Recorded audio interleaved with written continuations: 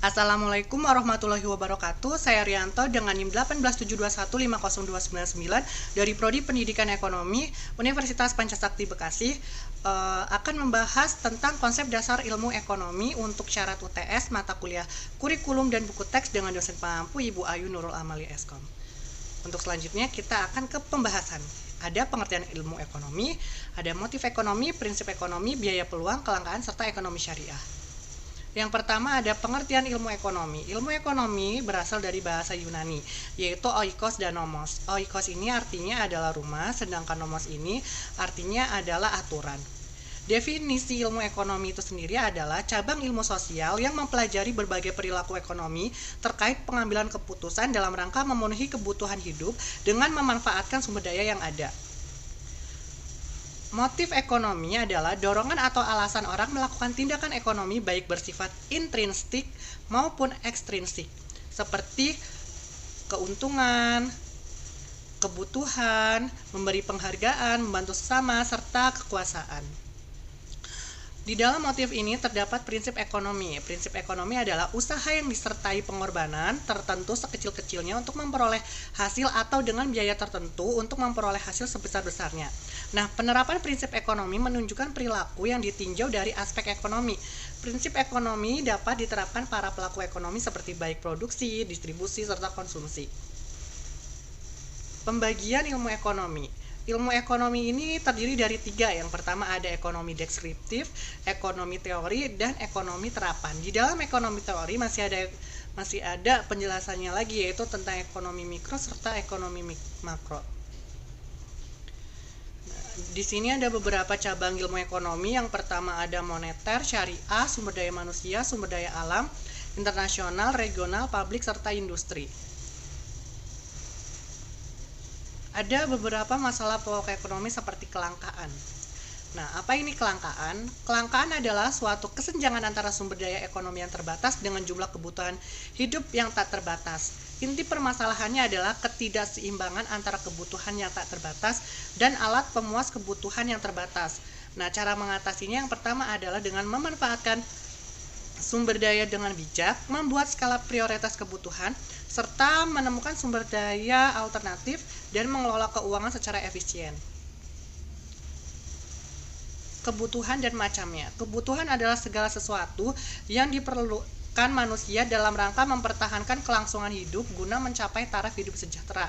Di sini ada beberapa faktor ketidakterbatasan kebutuhan hidup. Yang pertama ada tingkat usia, tingkat pendidikan, kemajuan iptek, tingkat pendapatan, jumlah penduduk, lingkungan sosial budaya, serta iklan atau produk. Terdiri dari perbedaan kondisi geografis serta agama.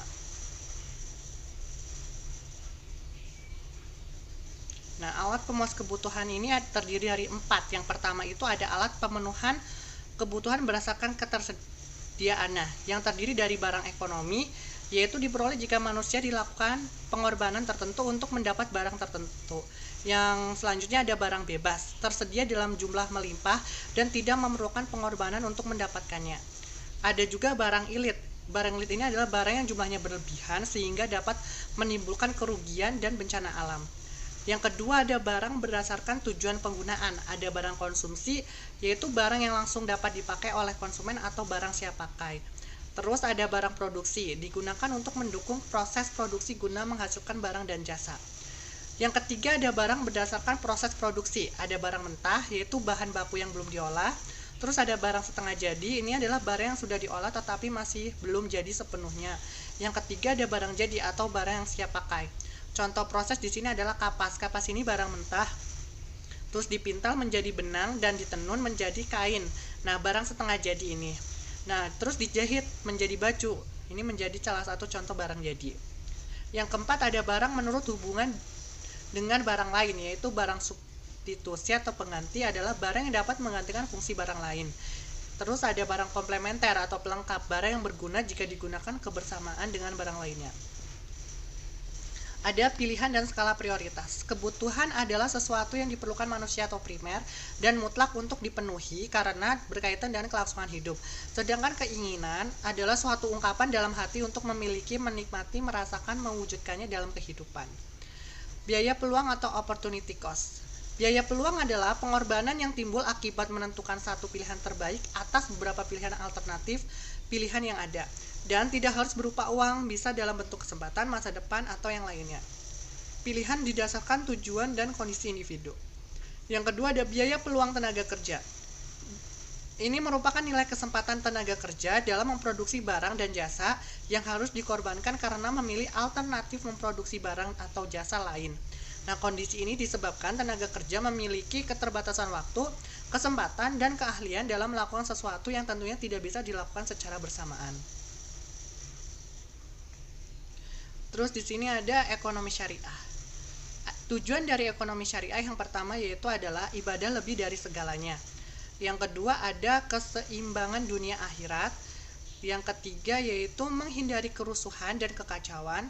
Yang keempat ada memperoleh kesuksesan ekonomi yang merintahkan Allah. Serta di sini selanjutnya ada prinsip dari ekonomi syariah. Yang pertama ada sumber daya merupakan titipan Allah.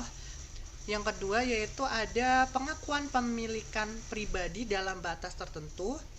Yang ketiga ada penggerak ekonomi syariah adalah kerjasama. Yang keempat ada menolak akumulasi kekayaan oleh segelintir orang. Kelima ada menjamin pemilikan untuk orang banyak. Yang keenam ada takut kepada Allah Subhanahu wa Ta'ala dan hari akhir. Yang ketujuh ada zakat dibayar atas kekayaan yang memenuhi nisab. Dan yang terakhir adalah melarang riba dalam segala bentuk. Selain prinsip ekonomi syariah, di sini juga kita ada manfaat dari ekonomi syariah. Yang pertama yaitu ada mewujudkan integritas seorang muslim yang hafah. Yang kedua ada menerapkan ekonomi syariah melalui lembaga keuangan Islam. Yang ketiga ada praktik ekonomi berdasarkan syariat Islam. Yang keempat ada mengamalkan ekonomi syariah melalui lembaga keuangan Islam. Yang kelima ada mengamalkan ekonomi syariah dengan membuka tabungan. Dan yang terakhir yaitu mengamalkan ekonomi syariah mendukung gerakan amar ma'ruf nahi munkar. Nah, itulah video pembahasan tentang konsep dasar ilmu ekonomi dari saya. Apabila ada salah-salah kata yang kurang berkenan, saya mohon maaf.